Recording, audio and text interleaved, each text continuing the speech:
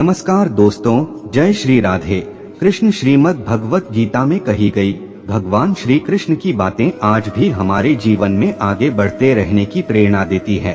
ऐसे में किसी भी परेशानी का हल पाने और जीवन में सफलता पाने के लिए भगवत गीता की बातों को हर रोज सुनना चाहिए। माना जाता है कि जो भी व्यक्ति भगवत गीता के इन मूल विचारों का अपने जीवन में अनुसरण कर लेता है वह हर काम में अवश्य ही सफलता को प्राप्त कर लेता है और उसे मानसिक शांति भी मिलती है। तो चलिए शुरू करते हैं। श्रीमद् भागवत गीता एक परम रहस्यमय ग्रंथ है। इसमें संपूर्ण वेदों का सार संग्रह किया गया है।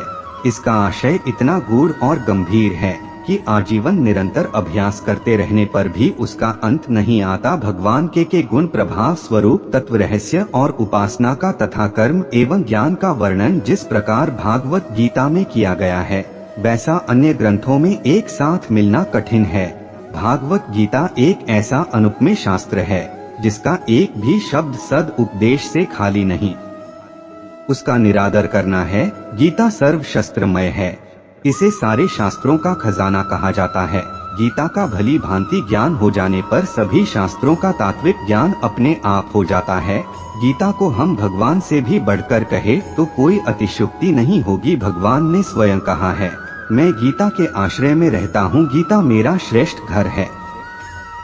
गीता के ज्ञान का सहारा लेकर ही मैं तीनों लोकों का पालन करता हूँ। इसके सिवा गीता में ही भगवान अपने मुक्तकंठ से यह घोषणा करते हैं कि जो कोई मनुष्य मेरी इस गीता रूप आज्ञा का पालन करेगा वह निसंदेह मुक्त हो जाएगा। यही नहीं, भगवान कहते हैं कि जो कोई इसका अध्ययन भी करेगा उसके द्वारा मैं ज्ञान यज्ञ से पूजित होऊंगा। भगवान कहते हैं जो मनुष्य गीता का रहस्य भक्तों को धारण कराता है और उनमें इसका विस्तार एवं प्रचार करता है वह मनुष्य मुझे अतिशय प्रिय है। गीता संपूर्ण जीवन दर्शन है और इसका अनुसरण करने वाला व्यक्ति सर्वश्रेष्ठ होता है। भागवत गीता ही है जो आधुनिक युग में समस्याओं से घिरे हुए मनुष्य को एक कर्मशील जीवन जीने के लिए प्रेरित करती है। गीता ऐसे प्रेरणादायक संदेशों का महासागर है जो जीवन से निराश मनुष्य को आशाओं से भर देती है। श्रीमद् भागवत गीता एकमात्र ऐसा ग्रंथ है जो पढ़ाती है। श्रीमद् भागवत गीता का ज्ञान मानव जीवन और जीवन के बाद का जीवन दोनों के लिए उपयोगी माना गया है। भागवत गीता में कुल अध्याय और 700 श्लोक है जिसे सभी के लिए पढ़ पाना थोड़ा मुश्किल है। इसीलिए आज के इस बेहद ही खास वीडियो में हम श्रीमद् भागवत गीता के एक एक अध्याय के एक एक श्लोक का मतलब विस्तार पूर्वक और सरल भाषा में समझाएंगे, जिन्हें जानकर आप श्रीमद् भागवत गीता का सही मतलब समझ पाएंगे। इसलिए इन विचारों को आप हर रोज जरूर सुने। तो चलिए अब देर नहीं करते हुए वीडियो शुरू करते हैं। श्रीमद् भागवत गीता दूसरा अध्याय ज्ञान योग या सांख्य योग। श्लोक 1। वासुदेव श्री कृष्ण कहते हैं, हे अर्जुन, युद्ध की इस विषम स्थिति में तू कैसे अज्ञान और मोह में घिर गया? ये ज्ञानी और महान पुरुषों का आचरण नहीं है। इसलिए हे पार्थ, अपने मन की कमजोरी का त्याग कर, अपने कर्म का नहीं।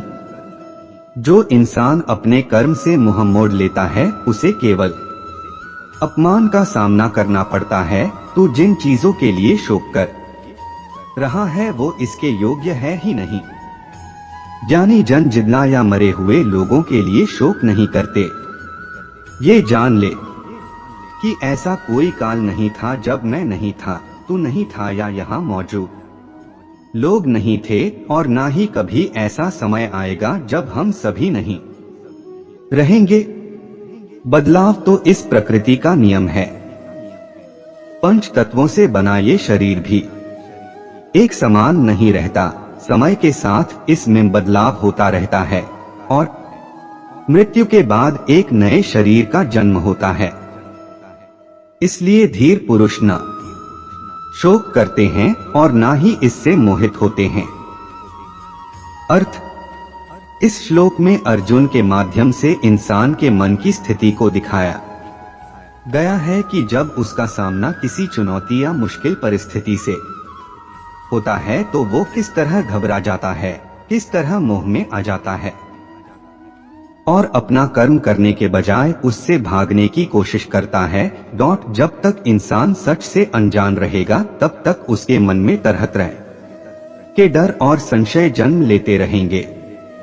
सच को जानकर उसे स्वीकार करने के बाद ना ही उसके मन में किसी तरह का भय शेष रहेगा और ना ही वो किसी मोह में अटका रहेगा। यहाँ ज्ञानी का मतलब है इस शरीर, आत्मा और भगवान के तत्व को समझना। ज्ञानी मतलब समझदार। यहाँ श्री कृष्ण अर्जुन से सवाल कर रहे हैं कि तू किसका शोक कर रहा है, उसका जिसका एक दिन मिट जाना तय है या उसका जिसका नाश कभी हो ही नहीं सकता। अगर नाश होना तय है तो दुख कैसा, और जिसका नाश हो ही नहीं सकता उसके लिए दुख कैसा। इस सृष्टि में कोई भी चीज शोक करने लायक है कि नहीं, क्योंकि हर चीज का अस्तित्व बस कुछ समय के लिए ही है। यहाँ मनुष्य को ये बताया गया है कि असल में हम शरीर, विचार, इच्छाएं ये सब नहीं हैं।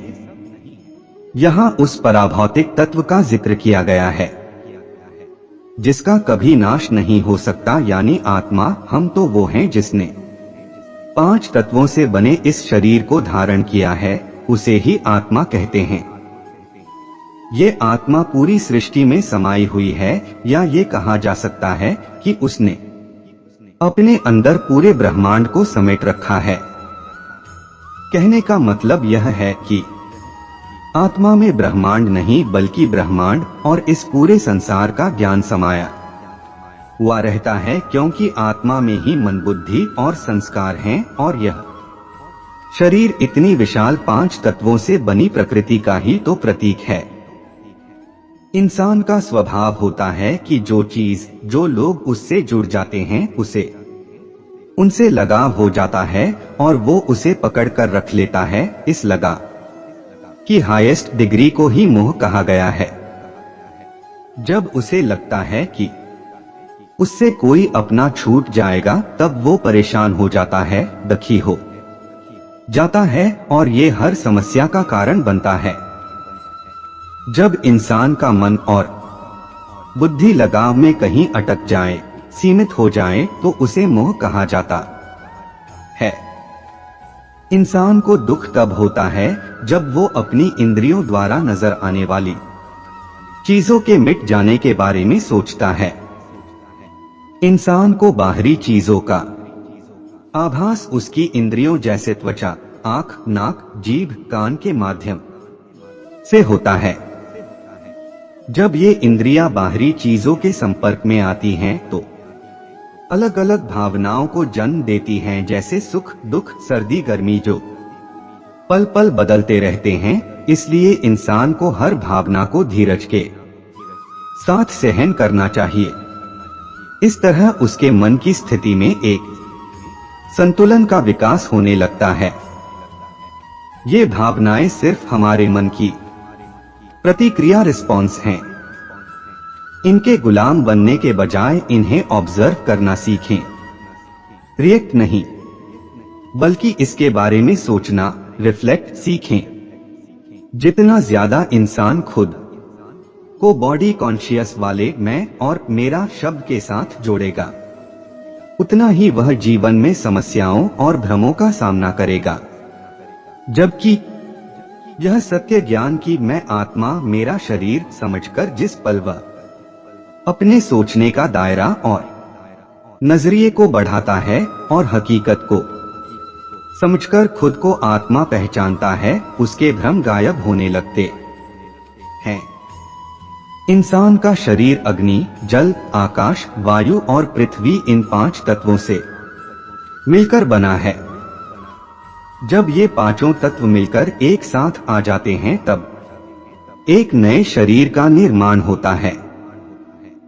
समय के साथ शरीर में बदलाव होता है। पहले बचपन, फिर जवानी आती है और बुढ़ापे के साथ ये शरीर ढलने लगता है। जब शरीर काफी कमजोर हो जाता है या रहने लायक नहीं रहता तब मृत्यु की स्थिति आती है। जब ये आत्मा शरीर को छोड़ देती है तो उस इंसान को मृत कहा जाता है। मृत्यु के बाद पांचों तत्व वापस प्रकृति में अपने अपने मूल तत्व में मिल जाते हैं, इसलिए असल में यहाँ खत्म तो कुछ भी नहीं हुआ।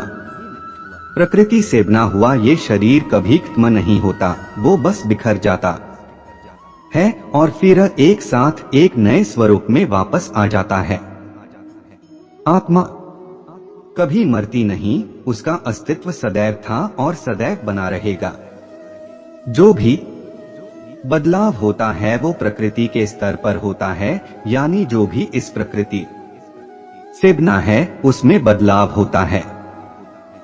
आत्मा के स्तर पर कभी कुछ भी नहीं बदलता।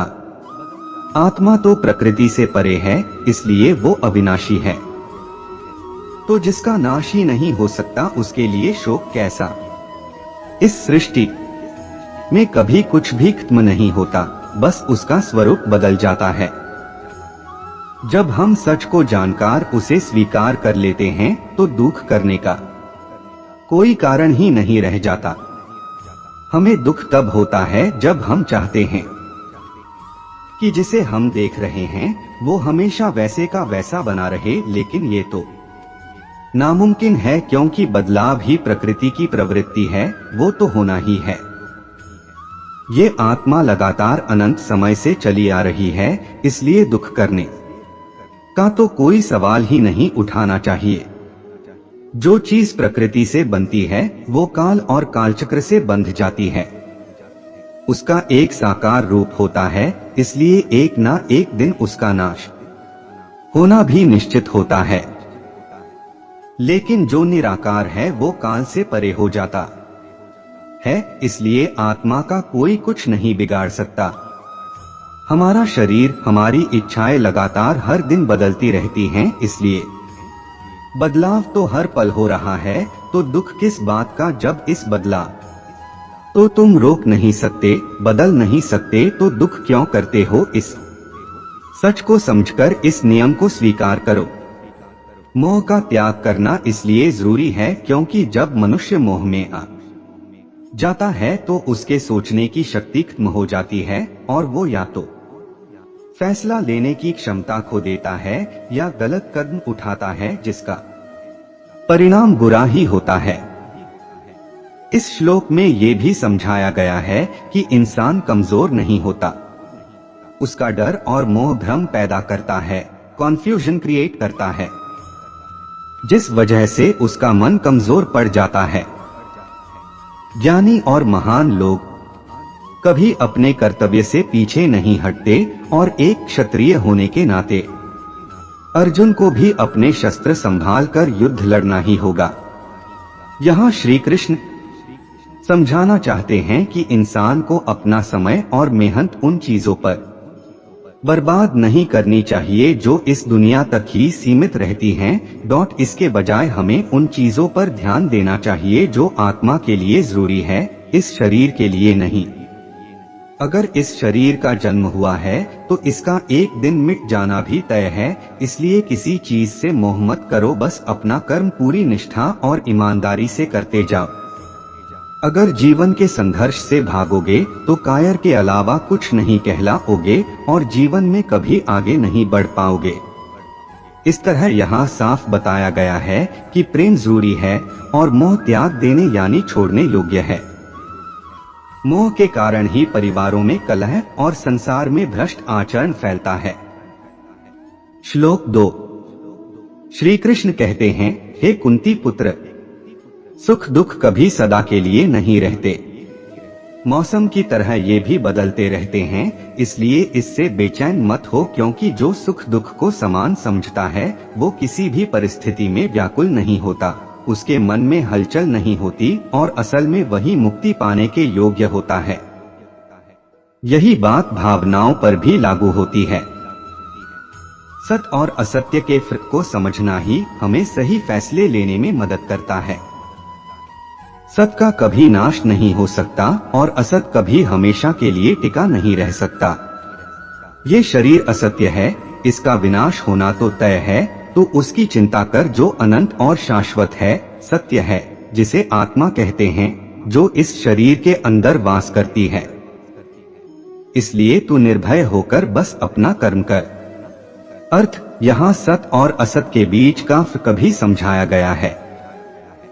जिस चीज में भी बदलाव आ जाए उसे असत कहा गया है, यानी प्रकृति से बनी हर चीज जिसे हम देख सकते हैं, छू सकते हैं या जिसका कोई आकार है, वो सब एक ना एक दिन मिट जाएंगे। हमारे ख्याल, इच्छाएं, ये शरीर, इन सब में भी लगातार बदलाव होते रहते हैं। यही सत्य ज्ञान है। ज्ञान को सत्य भी कहा गया है और आत्मा को भी सत्य कहा गया है।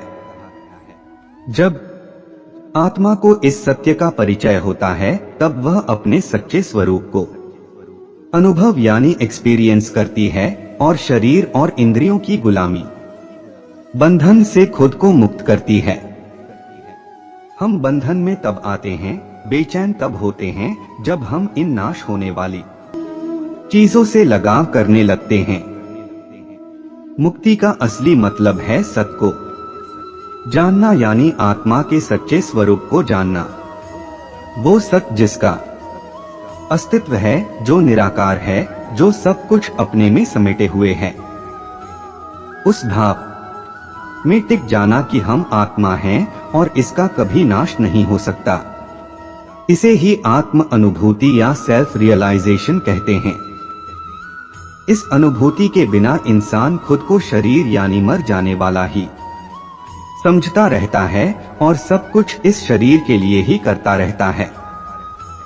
मौत से डरता है, डर में जीता है, लगाव और मोह में फंसा रहता है। इसी शरीर के लिए चीजें, रुपया पैसा इकट्ठा करने के लाभ, लालच में जकड़ा रहता है और शरीर को मिले रंगरूप, पद, पोजीशन के चलते या तो अभिमान या हीन भावना में जीता रहता है। जबकि सच यह है कि इंसान हाड़ मांस का पुतला शरीर नहीं है बल्कि आत्मा है। शरीर तो कर्म करने का एक साधन है। जैसे एक रोबोट बिना सॉफ्टवेयर के नहीं चल सकता, वैसे ही यह शरीर बिना एनर्जी यानी आत्मा के नहीं चल सकता। श्लोक 3। हे कुंती नंदन, ये आत्मा ना किसी को मारती है और ना ही कोई इसे मार सकता है। हाँ, इस शरीर को मारा जा सकता है लेकिन आत्मा को कभी नहीं। आत्मा तो अजर है, अमर है। ना ये किसी काल में जन्म लेती है, ना मरती है। इसे नष्ट नहीं किया जा सकता। जैसे मनुष्य पुराने कपड़े छोड़कर नए कपड़ा धारण करता है, वैसे ही आत्मा नया शरीर धारण करती है। आत्मा को ना अस्त्र शस्त्र काट सकते हैं, ना अग्नि जला सकती है, ना पानी गला सकती है और ना ही वायु सुखा सकती है।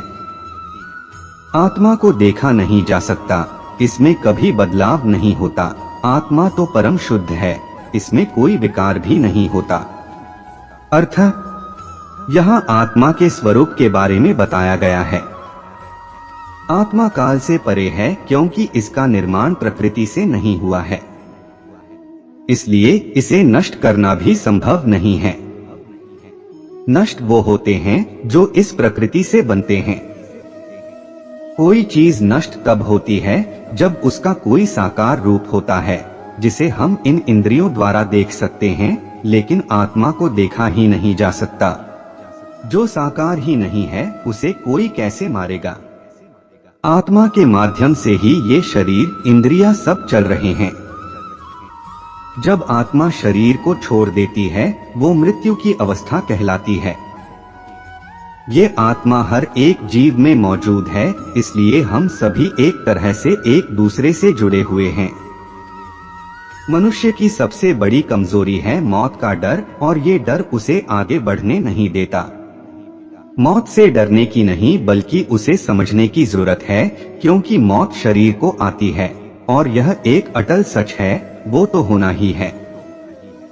जब सेल्फ रियलाइजेशन के द्वारा खुद को आत्मा मान लेते हैं तो समझ जाते हैं कि मैं यानी आत्मा अजन्म विनाशी हूँ और यह शरीर नाशवान है।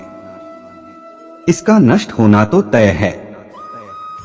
असल में मर जाने का असली मतलब होता है बदलाव की प्रक्रिया। मनुष्य इस बदलाव से इसलिए डरता है, दुखी होता है, क्योंकि वो खुद को शरीर मानने की भूल करता है।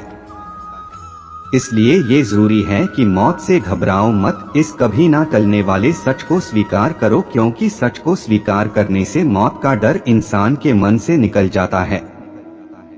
अगर इंसान के मन से ये डर निकल जाए तो वो निर्भय हो जाएगा और बेखौफ होकर अपना कर्म कर पाएगा। यहाँ बेखौफ होने का मतलब है कि मरने के डर से कई बार हम अपनी जिम्मेदारियों से पीछे हट जाते हैं, और डर इंसान की मानसिक और बौद्धिक शक्तियों को खत्म कर देता है, यानी सोचने समझने की शक्ति भी खत्म कर देता है, जिस कारण उसके कर्म बिगड़ने लगते हैं और फिर इंसान को कर्म के अनुसार फल भी सजा के रूप में भुगतने पड़ते हैं। यह ज्ञान कर्मों की ही समझ देता है। एक डरा हुआ मन कभी भी सही कर्म और फैसला नहीं कर सकता, इसीलिए सबसे पहले भगवान हमें मौत के डर से मुक्त करते हैं और निर्भय यानी बेखौफ बनाते हैं। लोक 4 श्री कृष्ण आगे कहते हैं, अगर तू अपने कर्म से पीछे हट गया तो तुझे अपमान के सिवा कुछ नहीं मिलेगा। अगर तू ये राज्य या विजय पाना नहीं चाहता तो हार जीत सुख दुख को समान समझकर युद्ध कर, इस तरह तू पाप का भागी नहीं बनेगा। अब तक तू ज्ञान योग के बारे में सुन रहा था, अब कर्म योग के बारे में सुन। अर्जुन सोच रहे थे कि अपने लोगों की हत्या करके वह पाप के भागीदार बनेंगे, तो कृष्ण उन्हें समझाते हैं कि किसी कर्म या काम के बदले में कुछ पाने की इच्छा करना ही इंसान को बंधन में बांधता है, लेकिन जब कोई कर्म बिना किसी इच्छा के किया जाए तो वह आत्मा को आजादी की ओर ले जाता है। सांख्य या ज्ञान योग इस ब्रह्मांड के अटल सच के बारे में ज्ञान देती है, यानी इंसान को समझाती है कि वो असल में एक पवित्र आत्मा है, पंच तत्वों से बना शरीर नहीं। यह हकीकत और भ्रम के बीच का फर्क सिखाती है। सच का ज्ञान अज्ञानता को बटा नासमझी को नष्ट कर देता है। अज्ञानता ही इस संसार में जन्म और मृत्यु का कारण बनता है और सारे दुख और भ्रम इसके साथ जुड़े हुए हैं। योग या कर्मयोग कर्म का मार्ग है। इस रास्ते पर चलने वाले किसी कर्म के बदले कुछ पाने की इच्छा नहीं करते। जब इंसान खुद को भगवान द्वारा चुना गया एक जरिया मानकर कर्म करता है तो वो भी कर्म योग ही कहा जाता है। इच्छा और लगाव इंसान के मन में छोटे छोटे निशान या छाप इम्प्रेशन पैदा करते हैं, जो भविष्य के कर्म या एक्शन का बीज बनते हैं। फल की इच्छा किए बिना किए गए कर्म नए कर्म का निर्माण नहीं करते, बल्कि इंसान को आत्म प्राप्ति सेल्फ रियलाइजेशन की ओर ले जाते हैं। यही कर्म योग का रहस्य है। तो आखिर कर्म का बंधन है क्या? कोई भी कर्म जो किसी मकसद के साथ किया जाए या उसके बदले कुछ पाने की चाहत हो, वो सभी कर्म के बंधन में बांधते हैं। कर्म योग का मतलब है जहां हर कर्म बिना इच्छा या बिना बदले में कुछ पाने की चाहत के किया जाए। इच्छा इंसान को अच्छा नहीं बनने देती, इसीलिए खुद की सही पहचान कर यानी खुद को आत्मा परमात्मा की रचना मानकर मन द्वारा यह विचार करना होता है कि मुझ आत्मा के पास वह सुख शांति शक्ति पहले से ही है, मुझे चाहिए नहीं बल्कि मेरे पास यह है ही। और यह विचार मन की शक्ति के जरिए वह साधन या आवश्यक वस्तु या फल आपको दिलाता है। इसे ask and it's given concept कहा गया है। इच्छा करना लालच और लगाव को जन्म देता है। कर्मों के पहल की इच्छा करना ही भ्रष्ट आचरण की शुरुआत है, क्योंकि लालच और लगाव की कोई सीमा नहीं होती और यही गलत कर्म करने के लिए इंसान को इंस्पायर करता है, जिसके कारण डर और हिंसा फैलती चली जाती है। इस कर्म योग में आत्म अनुभूति सेल्फ रियलाइजेशन की सबसे ऊंची स्थिति में पहुंचना भी संभव है, क्योंकि इंसान एकाग्र कॉन्सेंट्रेटेड मन के साथ काम करता है। जो लोग कुछ पाने के लिए अनथीन इच्छाओं के साथ कर्म करते हैं, उनका व्यक्तित्व टूटने और बिखरने लगता है। बिखरे हुए मन के साथ वे अपने काम में पूरा फोकस नहीं कर पाते, इसलिए उनकी कोशिश अक्सर असफलता में बदल जाती है। श्लोक 5 श्री कृष्ण कहते हैं, हे अर्जुन, इस प्रकृति में 3 गुण हैं, सत्व, रजस और तमस, जिनसे तुझे ऊपर उठना है। तेरा अधिकार सिर्फ कर्म करने में है, उसके फल में नहीं, इसलिए तू फल पाने की इच्छा से कर्म मत कर। इस तरह तू हर बंधन से मुक्त हो जाएगा। अर्थ, श्री कृष्ण यहाँ मनुष्य को इन 3 गुणों से ऊपर उठने के लिए कह रहे हैं। प्रकृति 3 गुणों से बनी है, यानी सत्व प्रकाश, लाइट, सद्भाव, हार्मनी, रजस बेचैनी, रेस्टलेसनेस, गति, मोशन, पवित्रता, प्योरिटी, जुनून, पैशन, और तमस जड़ता, इनर्शिया, और अंधकार, डार्कनेस। ये तीनों गुण सभी जीवों में अलग अलग मात्रा, डिग्री में रहते हैं। मन और बुद्धि इन गुणों से बनी हुई है। इनसे ऊपर उठने का मतलब है मन और बुद्धि से परे जाकर अपने असली स्वरूप को पहचानना। सत्व में आत्मा के 7 गुण हाईएस्ट डिग्री में रहते हैं, ज्ञान, शांति, सुख, प्रेम, पवित्रता, आनंद और पवित्रता। इन 7 गुणों का कम होना आत्मा को रजो और रजो प्रधान अवस्था में लाता है, और इनका बहुत कम होना ही आत्मा को तमो और तमो प्रधान अवस्था में लाता है। रजो में आत्मा फिर भी अपने आत्मिक गुणों के सहारे अच्छे कर्म करती है। तमो यानी अंधकार यानी ज्ञान समझ की कमी के कारण कर्म भ्रष्ट हो जाते हैं और सभी को दुख देने वाले कर्म करते हैं। श्री कृष्ण आगे समझाते हैं कि इंसान को भविष्य के बारे में काल्पनिक डर और चिंता में अपना आज बर्बाद नहीं करना चाहिए, बल्कि आज पूरी मेहनत और लगन से कर्म कर अपने जीवन के हर पल को फलदायी और सार्थक बनाना चाहिए। यह श्लोक कर्म योगी को 3 बातें सिखाता है। 1. इंसान का सिर्फ अपने कर्म पर अधिकार है। 2. कर्म के फल पर उसका कोई कंट्रोल नहीं है। 3. इंसान को कोई भी कर्म कुछ पाने की इच्छा से नहीं करना चाहिए, क्योंकि ये उसे बंधन में बांध देता है और नए कर्म को जन्म देता है। जब इंसान किसी कर्म को कर्ता के भाव से ना करते हुए खुद को एक माध्यम समझकर कोई कर्म करता है और उसके बदले में कुछ पाने की इच्छा नहीं रखता, उस कर्म को श्रेष्ठ कर्म कहा गया है, क्योंकि वो उसे हर तरह के बंधन से मुक्त कर देता है।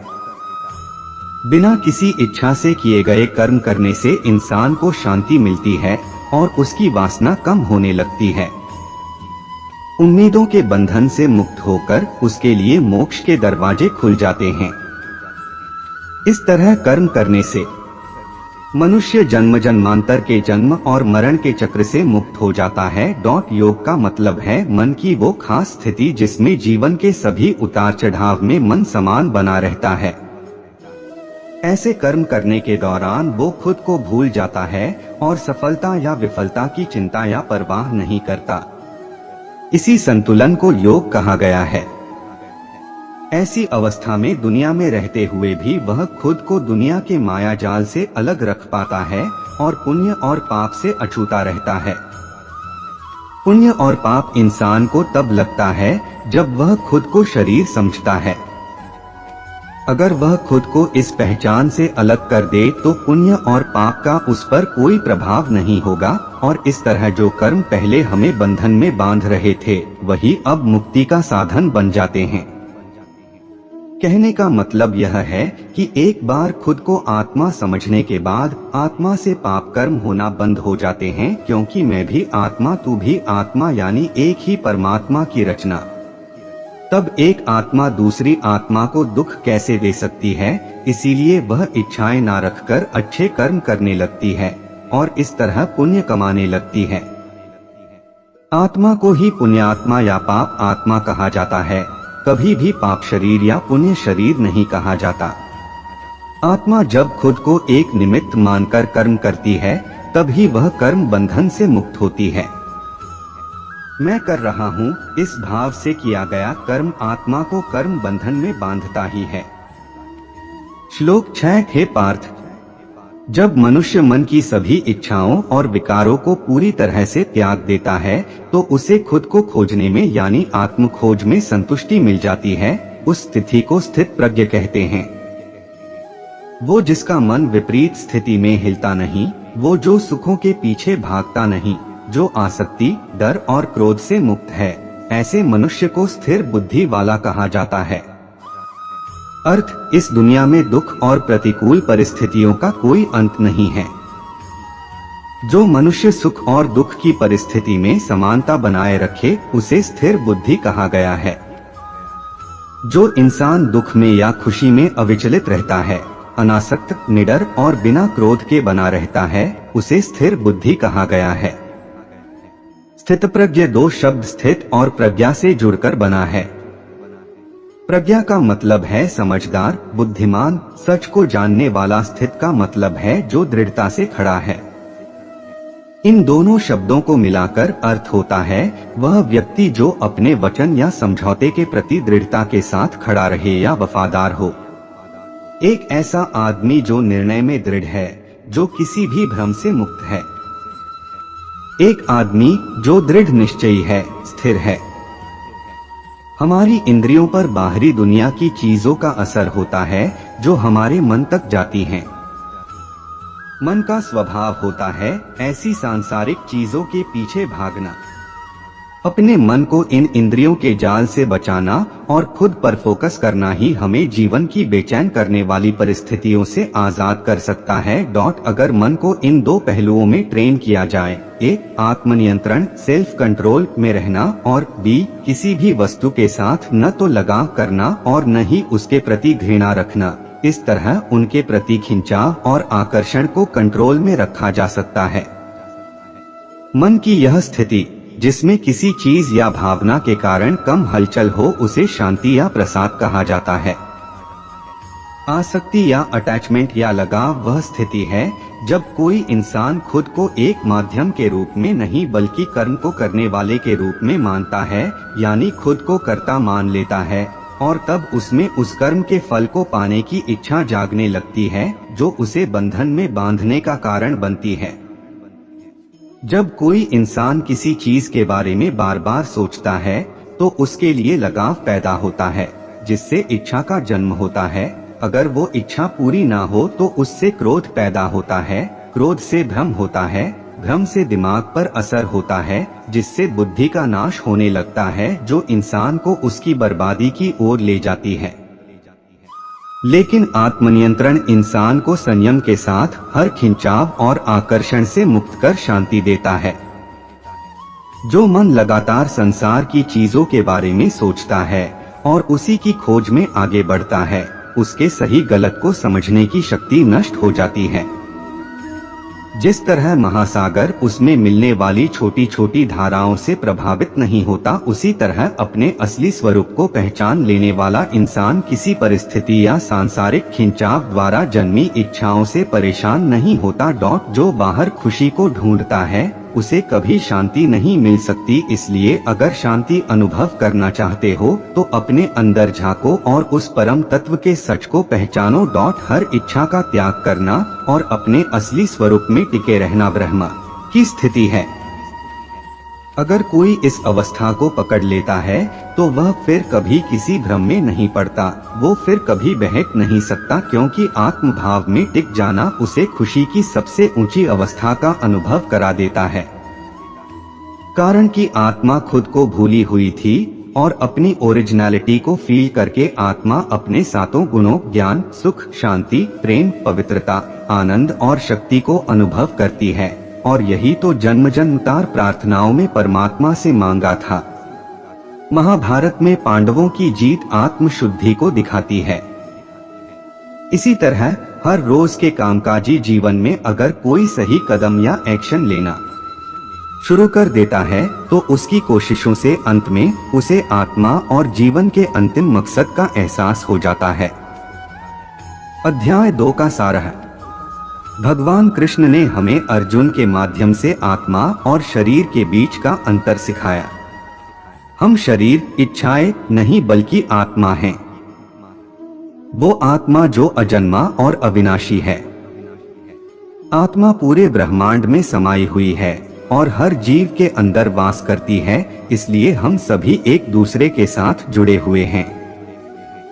हमने ये भी समझा कि कर्म करते समय हमें उसके रिजल्ट के बारे में सोचकर ज्यादा परेशान नहीं होना चाहिए, बल्कि हमें सफलता या असफलता की चिंता किए बिना अपनी क्षमता, पोटेंशियल का बेस्ट इस्तेमाल करना चाहिए।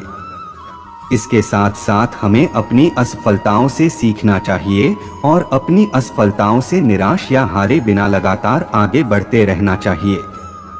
एक सक्सेसफुल इंसान बनने के लिए हमें अपनी इच्छाओं को कंट्रोल करने या सीमित करने की भी जरूरत है।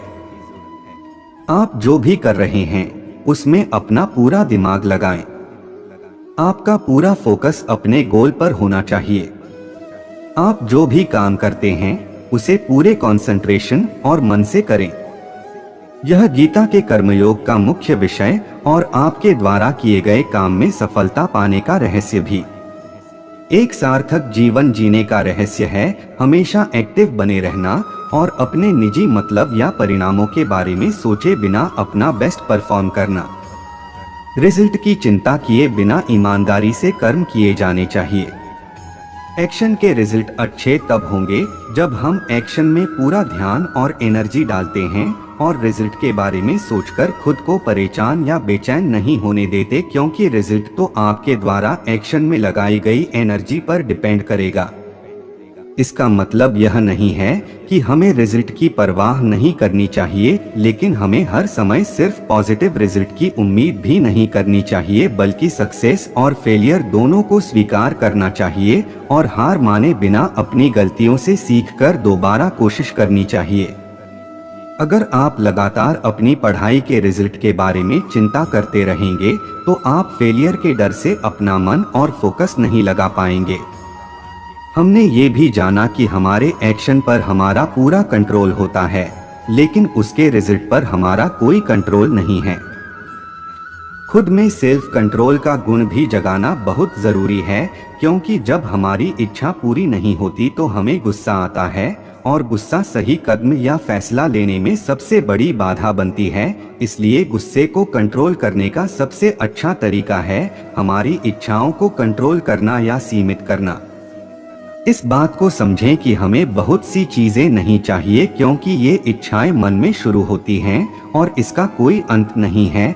इसलिए हमें अपने मन पर कंट्रोल करना सीखना होगा। एक स्टूडेंट के रूप में अपने लिए हाई गोल सेट करें, अपना बेस्ट दें और अपनी पढ़ाई पर फोकस करें। अगर आप बिजनेस करते हैं तो पूरी ईमानदारी के साथ व्यापार करें।